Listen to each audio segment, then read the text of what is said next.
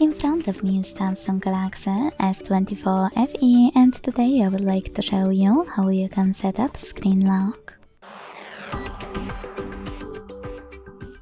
Begin by opening Settings and scrolling down to access Security and Privacy. Then click on Lock Screen over here. Select Screen Lock and tap on one of those login methods: PIN, password or pattern. Following that, you need to create it.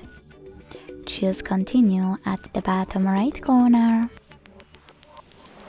and repeat it to confirm it. Then select Confirm. Now manage lock screen notifications here.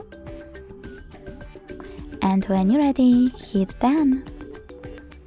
So now, when I switch off my screen and turn it back on, icons that pattern is required.